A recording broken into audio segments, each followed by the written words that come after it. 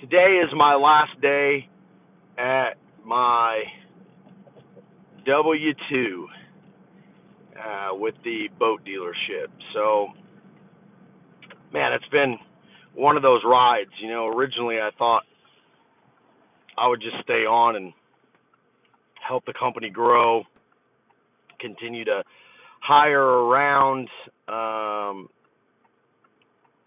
the responsibilities for the dealership and stay at that investment capacity. But as I've went through things and changed operating agreements and really saw what needed to be done and where we needed to be in a certain amount of time, I realized that I would be getting my hands dirty, so to speak, at the dealership as well as with the equity company and Live-ish as a whole, the consulting side of that, the marketing side of that, all of the things, Live-ish, and then Midwest Automotive Partners.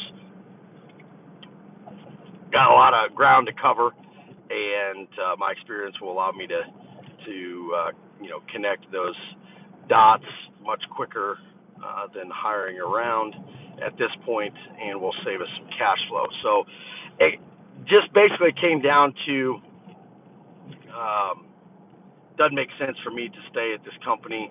I'm not in alignment with a lot of the actions that are being taken, allowed, continued, that have, in my opinion, been very detrimental to the growth and scaling of the organization itself. And so simply, I need to remove myself.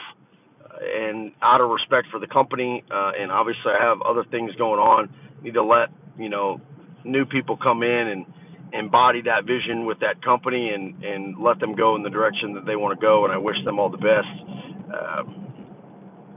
But it just doesn't align with the way that I grow businesses, and that has been a difficult thing for me over the last 8-9 months to really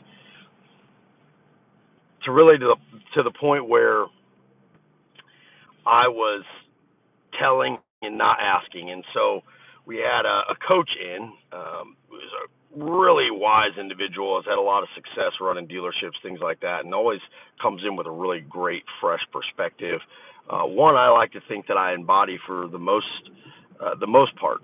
You always catch yourself digressing from those great principles that have, I do anyway, something you got to stay reminded of and refreshed in, and continually revisiting these great principles that allow you to believe, perceive, and operate in a better way.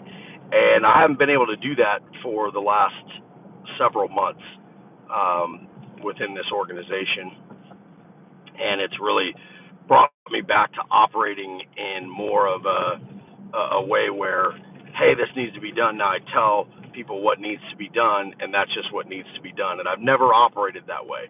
I've always operated in the way, and hey guys, here's the goal, here's the objective, here's what I want to complete with this company or with this engagement, and this is what it gets us in return. And I share that, and I get buy-in. I address any questions, concerns, or lack of understanding, acceptance, lower levels of commitment. I address those things to see where everybody's at, and typically doing it that way, people are like, yes, this is a journey that I want to go in. I see the benefit for us all, and I am committed to going along with you. Now, not everybody is always 100%. If you always wait for everybody to be 100%, you'll just never get anything done. But it's important to find out where everybody's at and help to clarify, elevate, empower others to their level of commitment within that journey as a company or a team. So I have not been able to do that. He brought up some good points. You don't build trust, you earn trust, which again can be semantics. But the point was basically that, your actions, your responses to people, the way in which you conduct yourself, and the way in which you treat other people, especially the way in which you treat them by the responses you give to questions that they have and the actions you take to address those questions are a great way to earn trust. But you don't build trust. And you can talk about semantics there, building, earning trust. But I understand what he's saying, and I thought that was really powerful. Hey, how we doing? Uh, yeah, Jeff. Good morning. So basically, the issue came to a point when we're in this meeting. He says, we've been selling about we averaged 33 a month last year. We've been averaging about almost 40 a month this year in boat sales, which when I got there they were averaging 12 and a half. So I've been there a year and a half. We've definitely seen some incredible growth, and it always feels like it's never enough. They're always talking about, well, we're not doing this or we're not doing this, like we're failing. And there's a difference between pointing out behaviors, actions, results that are not ideal or where we want to be. And the difference being that when you come at something every day just saying how bad something is from that perspective, like we're not where we want to be, and the tonality and the intention with it and the context of it, it starts to wear people down. The goals that were being set were very unrealistic and very unmapped out. So there was no strategy, no plan to it. It was just, we're going to double our sales this year, and we're going to do that by doing lots of things and pulling reports, and that's not how you double your results, right? You got to have a plan, you got to have a strategy, and beyond that, you have to have a team that is bought in and committed to that objective. It has to be very clear to them what the objective is and how we will get there by laying out the actions that need to be taken and by when we will get there, right, and setting a timeline. So most people have a lot of ideas. This company has had a lot of ideas, made a lot of changes, swift changes, and so it's lost the trust from a lot of the employees because they feel like it changes all the time. They're just waiting for when it changes again.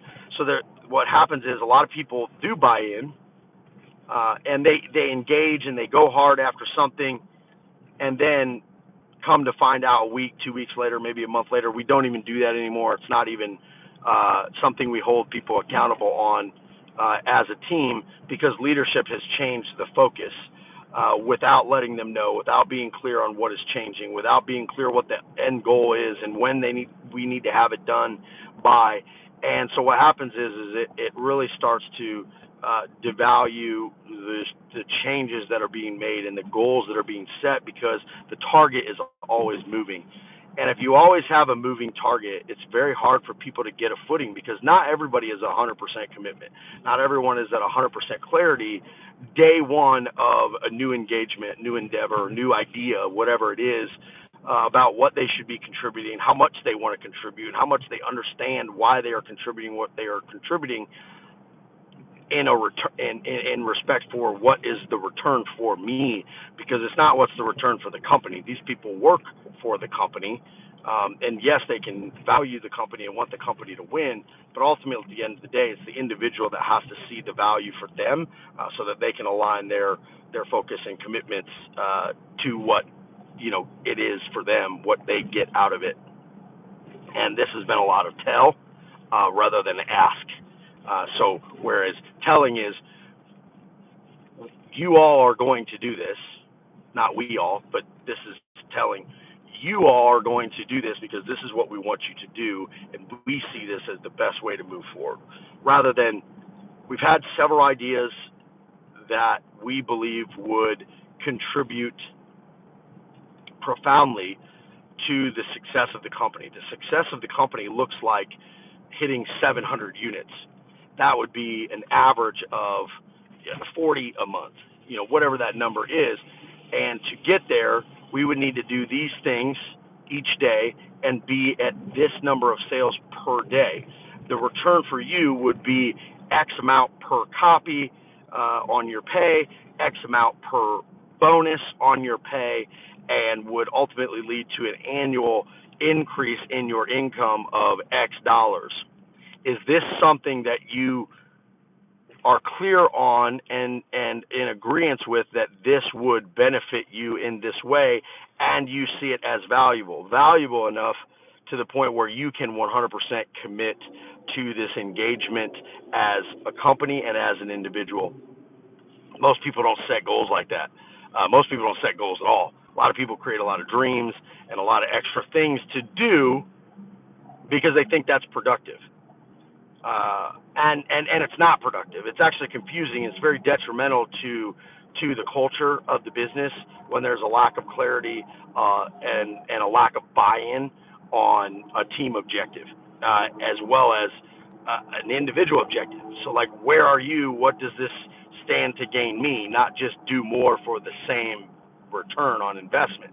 I think it's very important that people slow down and talk about these things, and then they relay them to all parties. Relay them to leadership first, then go to your staff, or vice versa. Sometimes ask the staff, then go to the leadership, see what they think, then go back to the staff, and really make sure that everybody's bought in and understand where they fit in the company and that they are part of the journey. Because if you have 30-40% of your people that they hear this new objective, but they have not been looped in and they don't think that they're part of this company, they're not going to pursue that same objective. And so that will become like an anchor, and can cause dissension and lack of value perception in their role, and a decreased alignment with the value they perceive as being given to them in their role. So a lot of things can come from that. Again, where we're at here is this is my final day with the W2 boat dealership, and I will be moving starting today, full-time focusing on my other companies, like I was, a year and a half ago, 2 years ago, but in a much better state and a much better platform with great partners, investors, and a clear direction on what it is that I am doing myself, and the company Livesh as a whole, and then each individual partnership within Livesh. So again, excited to share that with you guys. I will keep you updated, but we're about to go full fucking throttle, like a rocket ship on steroids, to the moon. So I'm excited to keep sharing stuff with you. I hope that you are receiving value from the things that I am sharing here. If there's any topics at all that you would like to get feedback on or explore with me or have me cover or give further detail or insight on, whether that be my background, whether it be specific scenarios in business or life. I like to talk about challenges and how I face them. I like to talk about the good times, the bad times. I like to just be genuine and authentic about the realities of many of the experiences that a lot of us are unclear about, and that a lot of people just kind of glaze over, so that you don't really know what things look like. And ultimately, at the end of the day, you won't really know what a thing looks like, an engagement looks like, or an experience is until you actually do it. So action over everything is key. So guys, thank you so much. Stay live-ish, and let's fucking go.